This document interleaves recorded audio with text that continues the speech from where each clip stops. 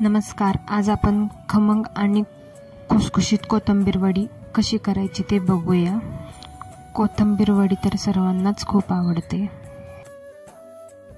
तर कोथिंबीर वडी तर बनवायला आणि दिसायला खूप सोपी वाटते, पण साहित्य हे अचूक घेतले पाहिजे, नाहीतर कोथिंबीर वडी ही आतून मऊ पडायला लागते. इथे सांगितल्याप्रमाणे ते जर तुम्ही प्रमाण घेतले असेल तर कोथिंबीर वडी ही छान खमंग आणि खुसखुशीत होईल. तर तुम्ही ही संध्याकाळी पाऊस पडत असताना चहाबरोबरही खाऊ शकता. खूप छान अशी मुलांना आवडणारी ही कोथिंबीर वडी. या ठिकाणी आता आपण पाहूया कोथिंबीर वडी कशी बनवायची. तर त्यासाठी मी एका मिक्सरच्या भांड्यात 7 ते 7 मिरच्या घेतल्या आहेत. त्यानंतर 5 ते 7 लसणाची पाकळी, त्यानंतर थोडे जिरं टाकायचे. जिऱ्यामुळे टेस्ट छान उतरते. आता या ठिकाणी एक मोठी कोथिंबीरची जोडी मी बारीक चिरून घेतली आहे. कोथिंबीर छान स्वच्छ धुवून त्याचे पाणी नितळून घ्यायचे, नाहीतर ही आपल्या बेसन खूप लागतं.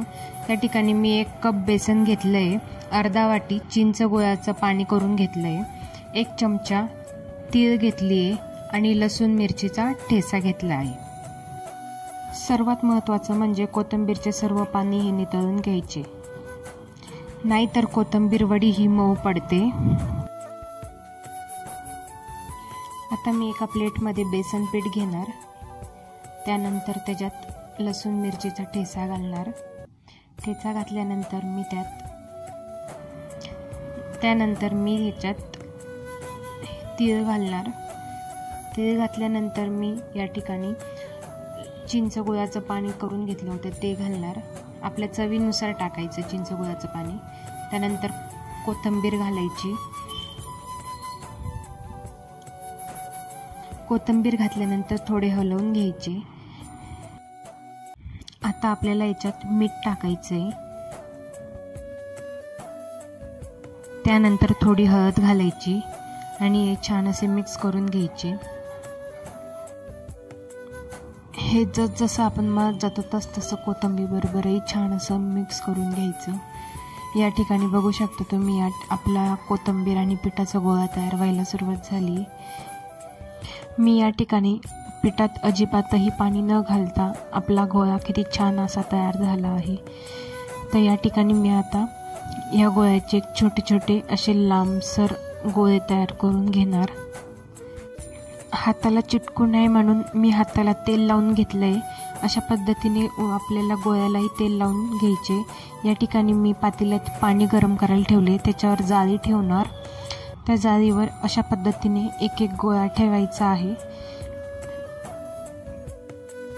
त्यानंतर आपण या ठिकाणी याच्यावर अशी झाकण ठेवून घ्यायचे. साधारण 15 मिनिट आपण हे कोथिंबीर वडी छान अशी शिजू द्यायची. आता या ठिकाणी 15 मिनिटं झाले आहे. त्यानंतर आपण चेक करूया आपली कोथिंबीर वडी शिजली का नाही, आतून कच्ची नाही म्हणून. मी त्यात चाकू टाकून बघणार. आपला चाकू हा क्लीन आलेला आहे, म्हणजे आपली कोथिंबीर वडी छान अशी शिजली आहे. त्यानंतर आपली कोथिंबीर वडी छान अशी गार होऊ द्यायची. गार झाल्यानंतर मी त्याचे अशा पद्धतीने एक एक असे कट करणार. तुम्ही बघू शकता किती छान असे पीसेस होत आहे. अशी कोरडी झाली आपली कोथिंबीर वडी.